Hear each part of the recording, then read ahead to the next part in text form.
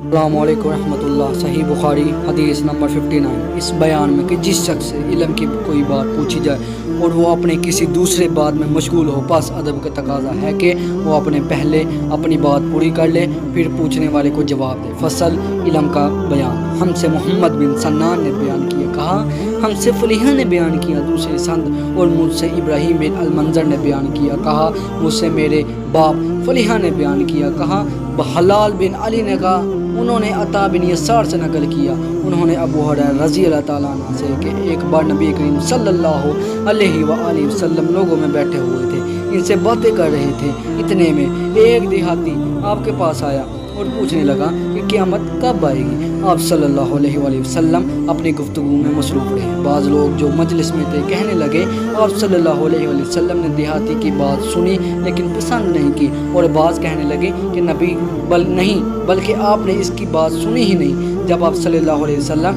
اپنی باتیں پوری کر چکے تو میں سمجھتا ہوں کہ آپ صلی اللہ علیہ وسلم نے فرمایا، وہ قیامت کے بارے میں پوچھنے والا کہاں؟